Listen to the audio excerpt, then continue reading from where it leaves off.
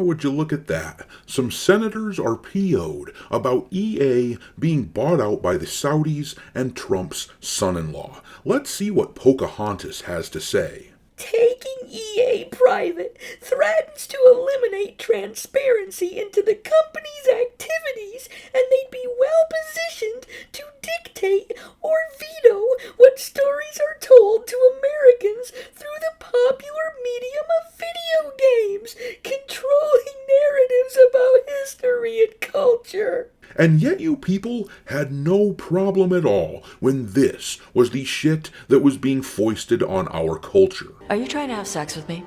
Oh, hell no!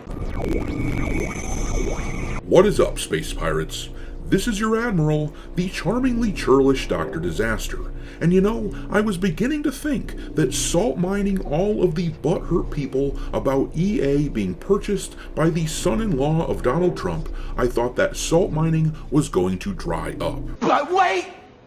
There's more! We've talked about all the salt from the Redditors who are upset that BioWare may no longer be able to just make Dragon Age games that are concerned with pandering to the pronoun crowd. But here's another fun example just in case you're like me and you need another schadenfreude fix. Look at who bought EA!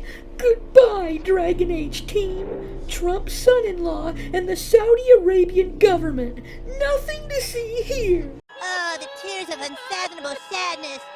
Yummy, yummy. But apparently, the salt runs much deeper than just some piss ants on Reddit. As you can see here, a few shit-lib senators are throwing a fit about this buyout. They are trying to get EA's CEO to answer questions about the deal. It seems they aren't happy about the Saudis gaining control over the company, and they also dislike Donald Trump's son-in-law being involved.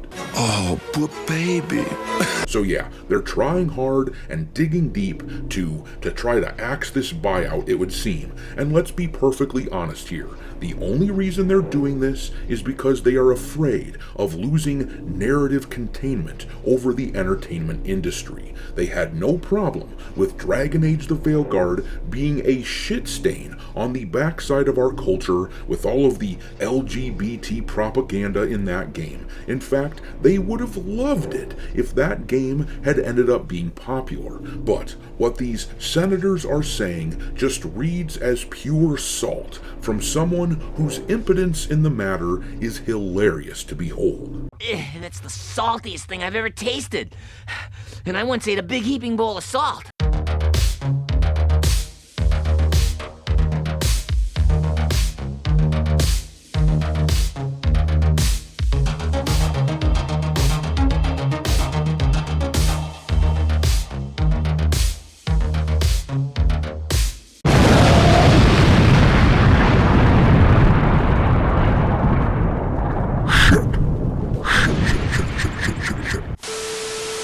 Alright, me hearties, make sure that you hit the like button on this video, share it with your friends, and subscribe to the channel if you haven't done it yet. I've had a lot of people tell me that they have been unwillingly unsubscribed to the channel, so make sure you look into that, and also, give me a follow over on X, where my handle is Dr. Disaster1, and if you feel like supporting the channel and helping keep the lights on, consider becoming a member for as little as $5 per month.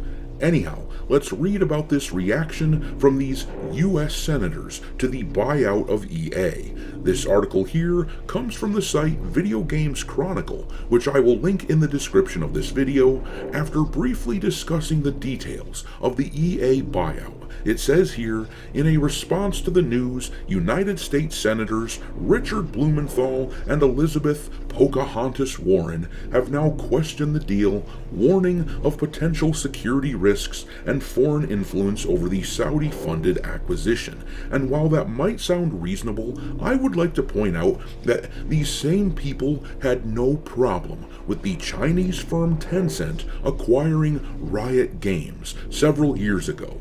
Or, if you want something that would appear to be much more important, a Chinese firm acquired Smithfield Foods, a major U.S. food producer who owns 146,000 acres of farmland in the U.S. China is an adversary of the United States, but these people, these senators, don't care about that because it isn't threatening their narrative propaganda machine. But reading on, the article says, in a letter to Secretary of the Treasury Scott Bessent, who also serves as chair of the Committee on Foreign Investment in the United States, the two senators urged the committee to apply searching scrutiny to this unprecedented proposed foreign privatization of a major American technology and entertainment company, and requested information on how the committee plans to ensure that national security risks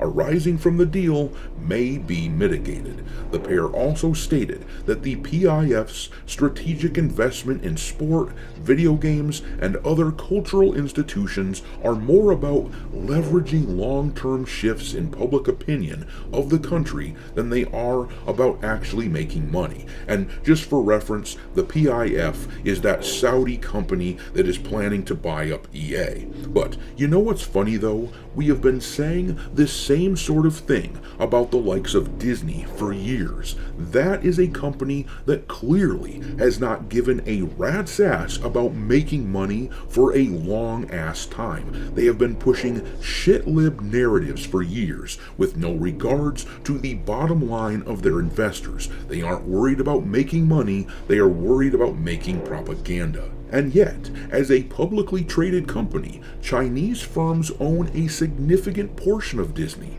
but these senators don't care about that because it helps them. Make no mistake, they do not care about our culture other than the ability to mold it, using the political machine that they are a part of. But this next part of the article is where the salt gets extra salty.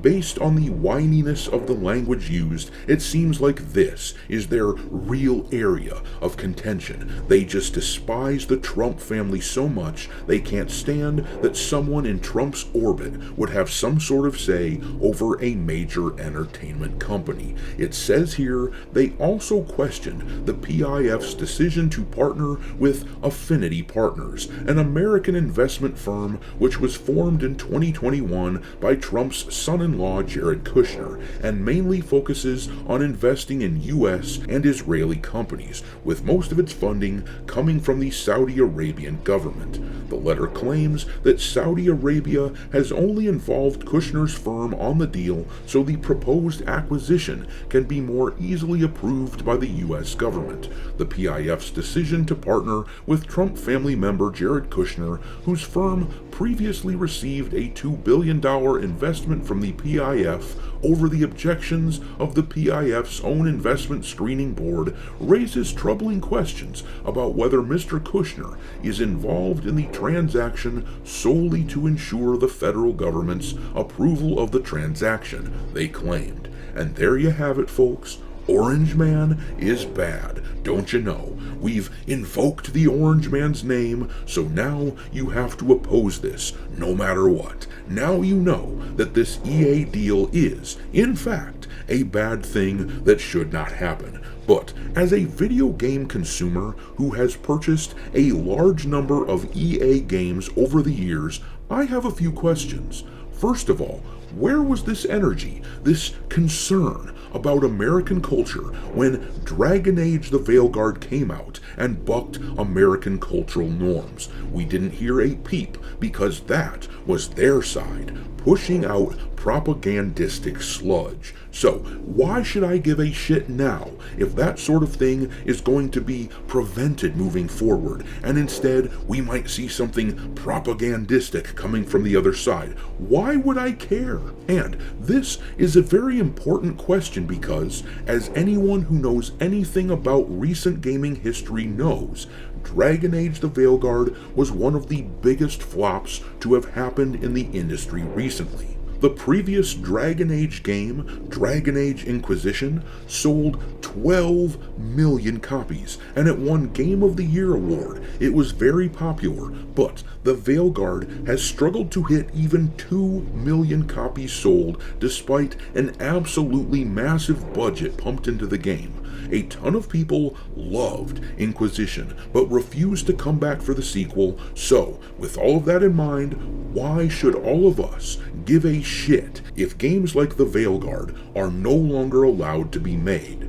Or hell, in this article, they talk about how they don't want a foreign company to be able to use EA to control narratives about US history and culture, but you know what? When EA was hollowed out by progressive activists, I remember a few years ago they made Battlefield 5, a game where they portrayed women as fighting on the front lines of World War II, an egregious bullshit lie that absolutely needs to be called out. The propaganda was thick as hell in that game, and we were told that if we don't like it, then don't buy it. A line which resulted in that game being a major sales disappointment. So, with all of that in mind, why in the hell should I be worried about what games EA is going to make next while under the partial control of the Saudis and Jared Kushner?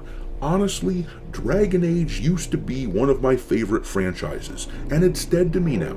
So, from my perspective, what's the worst thing that could happen with EA? If it goes under, which it might, this whole thing might blow up, I acknowledge that, but who cares? They have been a shit company for so long, I can hardly remember a time when that wasn't true. Ultimately, these senators whining about this deal comes off as simply a louder version of the Redditor whining that we have seen over the past few weeks, and in my opinion, that salt is simply delicious to drink in. But I'm gonna leave it there. Drop your mockery of these whiners into the comment section below, and we will talk there. Thanks for watching me, Hearties. If you haven't already, your Admiral is inviting you to subscribe to the channel and become a part of the crew. Life as a space pirate may not be glamorous, but there's always plenty of booty.